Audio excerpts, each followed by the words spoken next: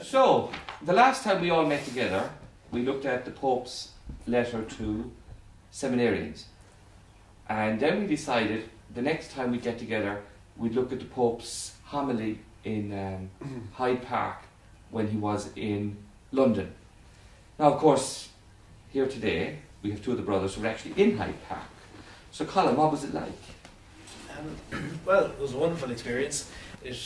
What really struck me about the whole thing was just the prayerful atmosphere. It was incredible to see 80,000 people all gathered together, and I mean, throughout the day there was, you know, various things going on and people were arriving, but as soon as the Holy Father arrived, it just a sense of prayer he brought with him.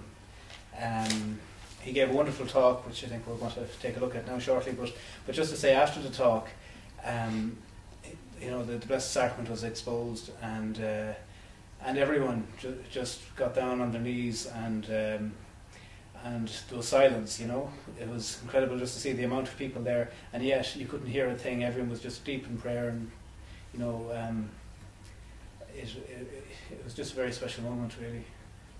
Of course, that's what the Pope is so wonderful. I remember the first time I actually was with the present Pope at a liturgical celebration was in Washington, D.C.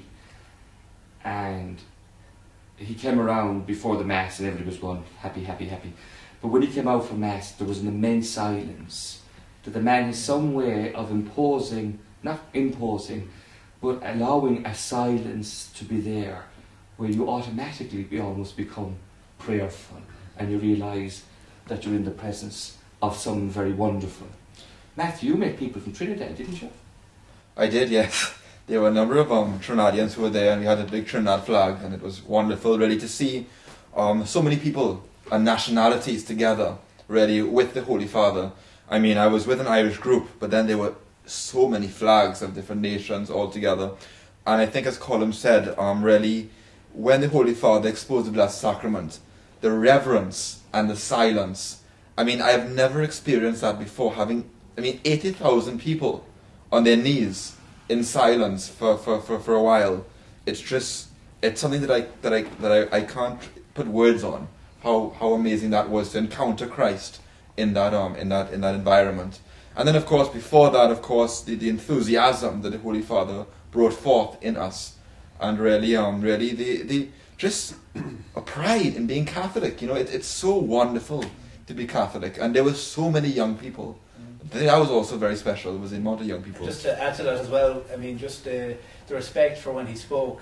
I mean, despite all the excitement and the cheers and everything when he arrived in, but I mean, when he spoke, everyone just listened. You know, even amongst the crowd, people weren't talking or anything. They just really focused on what he had to say. That for him, it meant something too. Actually, if I remember correctly, the night of that night in Hyde Park, you had just arrived up, most of you, to this house from Cork. That's right, yeah. Mm-hmm. So that was your first experience, because we sat here in this room watching the television, and my memory of again like that was the silence when we listened to what the Pope had to say, but then there was the silence. But let's look at what he said.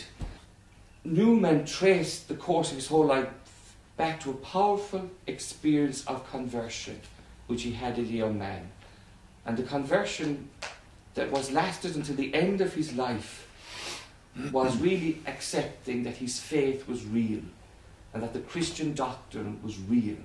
What do you think of that? Well, I think what is so strong, and I think the Pope is bringing that forward all the time, is really the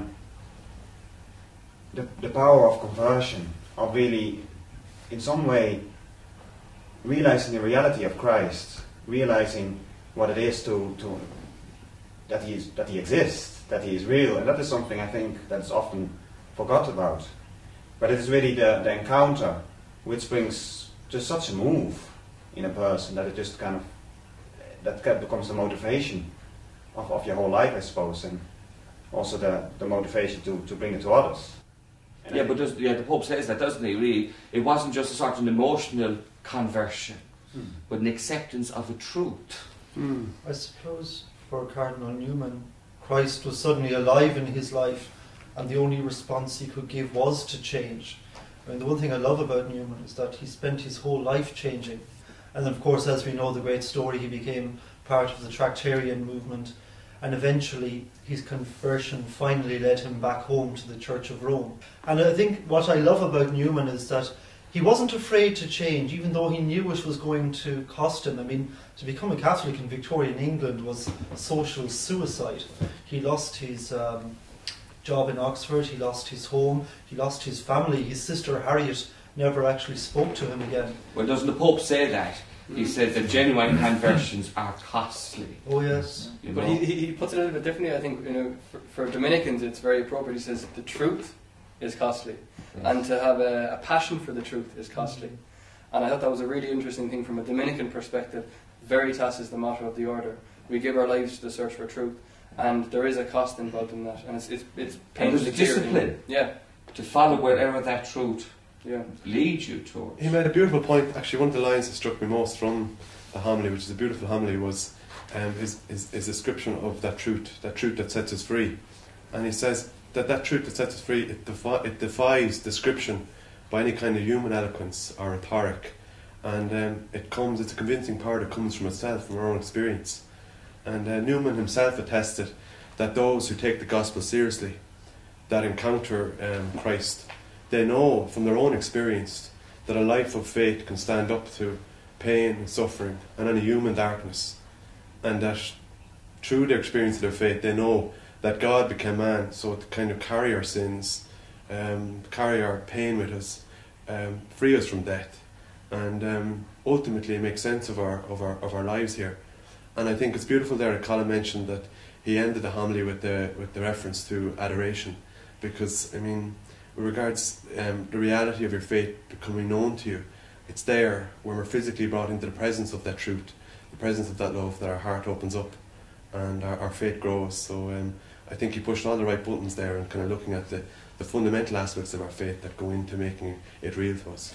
You know what he says? He says, in the past, professing your faith, and he's saying this in London, he talks about the martyrs of Tyburn. Mm-hmm. But then he goes on and says, in our own time, the price to be paid for fidelity to the gospel is no longer being hanged, drawn and quartered, but it often involves being dismissed out of hand, ridiculed or parodied. And yet he says the church cannot withdraw from the task of proclaiming Christ. Would it be your experience as young Catholics in your own life that you have been dismissed out of hand or ridiculed or parodied? Well, I definitely felt that when I go back to people who don't believe, that I just think it's they don't think there's reality. Maybe they don't think there's reality non-stop, no objective reality. They think that the whole Christian message is a fairy tale story. Now, are you talking primarily here of your own family in Holland? And I don't mean your family. I mean your wider social centres home. But it's just generally, I think, don't have an idea about the reality of God. But for them, it has just degenerated, I suppose, to a fairy tale about something that happened, but there's no reality in it. And I think that kind of makes it. But I think it's interesting you're talking about kind of the reality of God, because the Pope starts off his sermon by talking about how Cardinal Newman saw his life against the vast horizon of God's plan. And I think there's something really rich in that. And if you lack that perspective, there's a whole dimension of life that's missing. And again, towards the end of the sermon, he talked about Cardinal Newman's famous meditation on the idea that we're created for some definite purpose. And there's something in that really gives a meaning to life, which is really badly needed now, I think. I think it was encouraging when he actually said that about being dismissed out of hand or ridiculed or parodied. Like, this is something that the Pope has faced firsthand in many situations. He knows firsthand what he's talking about when he says those words. So I think it gives confidence to a lot of people, the fact that he's there and he's trying to lead the church as the Vicar of Christ, and he's doing a very courageous job. But the faith, when it's proposed correctly, is reasonable. We understand it to be reasonable. But it's a case of, if you can't find a marketplace where people are willing to engage with you, then it's like you've hit a brick wall. There has to be give and take, and if people aren't open to even discussing, if relativism has taken such a hold that, you know, there is no objective truth that people are willing to talk about, then it becomes even more difficult. I suppose And that's why you challenge, could be isn't it, some or other, that Newman admitted that, all right, the objective, his belief in faith and religion didn't mean he couldn't enter into dialogue with the modern world of the 19th century. And I suppose the Holy Father is almost saying, all right, if that's the reaction, it's okay, take it, but don't stop. But don't give up. Don't give up. You were talking to me before we were sitting down here about that mention of Tyburn. Yes. Why is it so important? Good old Drogheda. One of the Tyburn martyrs, Oliver Plunkett, is a native of Armagh, the Armagh diocese, and we have his relics in Drogheda. So there's a link there for me personally between the sermon given by Pope Benedict and in Drogheda. So the homily is universal. It appeals to everybody. And I think that is actually very important, because even in the Pope's letter to the Irish, he tells us, don't forget where you came from. The wonderful monks. You know, our history of the church here in Ireland is not just the last 10, 15 years, but it's 1,500 years. And that we are part of a wonderful tradition of monks and a phenomenal tradition of martyrs. Yeah. And if we think we have it tough now, the inspiration is there in these very, things. very much so. And I think it's very good that the Pope actually, as he went through Britain, made these points.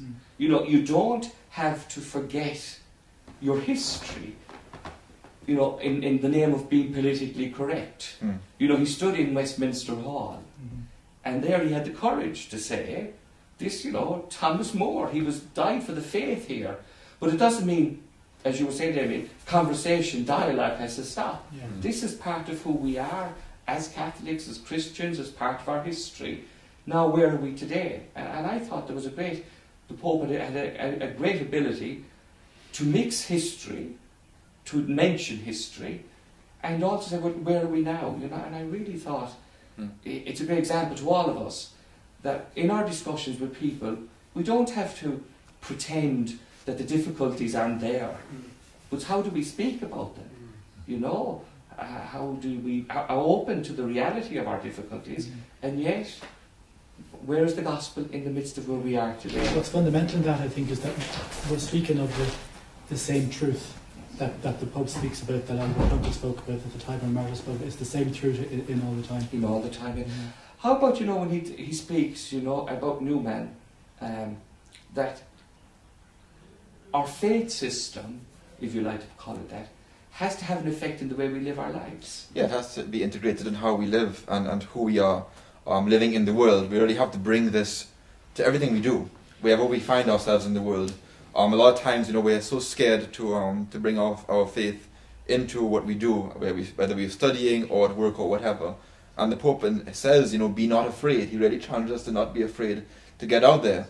And he says, he looks at, as we saw before, about the martyrs and what the martyrs did and how they died for the faith. And yet, even though we're ridiculed, we still have to be able to make the faith an integral part of who we are and not separate, sort of, you know, keep the faith in our private life and keep our private and public life separated. But we have to bring the faith also into our public life.